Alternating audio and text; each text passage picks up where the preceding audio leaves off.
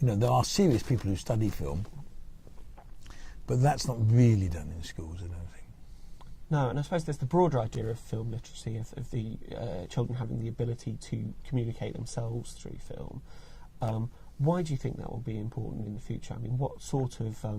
Because that's the means what sort of context might they be using? I remember going along to film club at one school, and there they were, and there was some kid who stood up and he said he uses this great big video machine, but it can shoot film, so he uses it because he couldn't afford a camera and the rest of it. I just think it would be a mistake not to understand how much this medium in the 21st century it's a sexy medium, but it's always been a sexy medium, but how it's now available to everybody.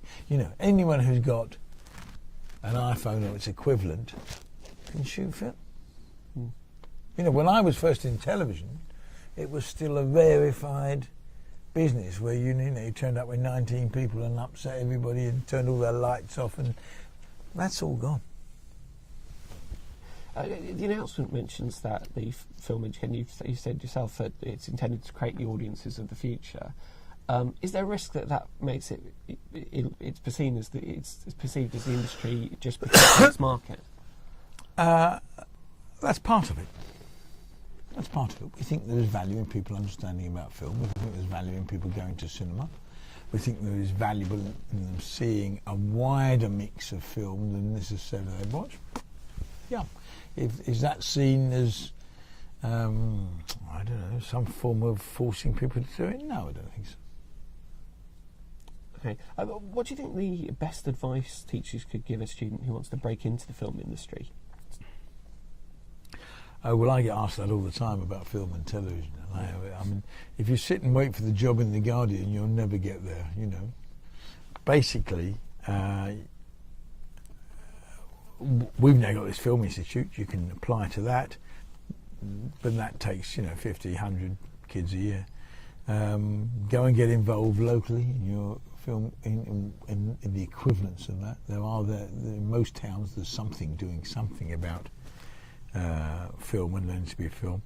But in the end you've got a hassle. In the end it's like we live in a world where if you want to get a job, if you show a lot of interest, learn a lot of stuff, and then go and hassle, get to know people.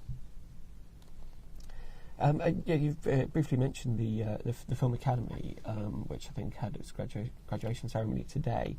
Can you tell a little bit about what the purpose of that is and what that aims to achieve? Well, the film industry and the high-end television industry, the drama industry, is expanding. The tax breaks for the film industry, they're just being expanded into higher-end drama, which basically means there will be a demand for jobs.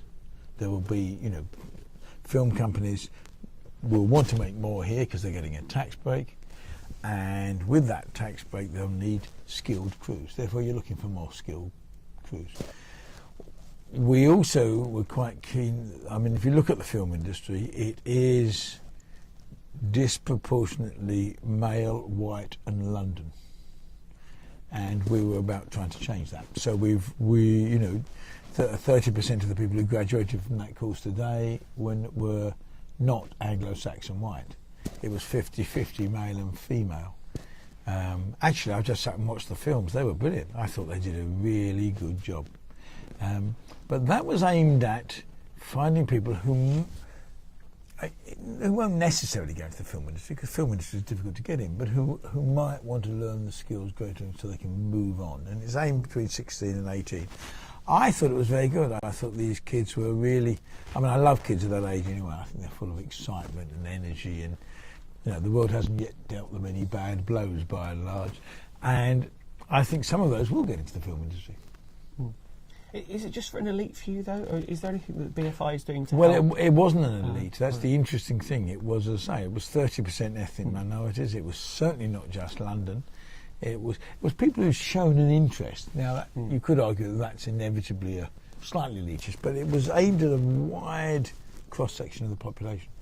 Right. Is there anything that the BFI does to support teachers in helping introducing everyone to filmmaking? Well, that's what we're hoping to do with this new amount of money that we're giving to this organisation called Film Nation UK. Well, I mean, we're giving it lottery money. We're the lottery distributor.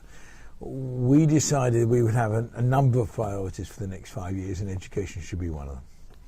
Therefore, we will give them something like £26 million over 5 years to A, get into every school, B, get into teacher training colleges and the rest of it, to try to help and train teachers in the use of film literacy and the use of film.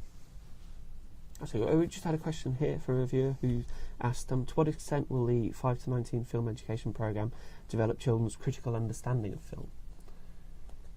It's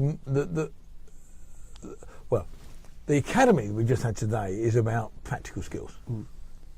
The 5 to 19 hopefully will be about the critical understanding, but of course what you don't want to do is put them off before they've started. So it's that skill that teachers have, of course, of introducing a subject and then improving the analysis and the understanding of it.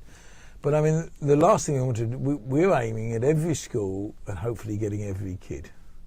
Now, therefore, we don't want to put anybody off.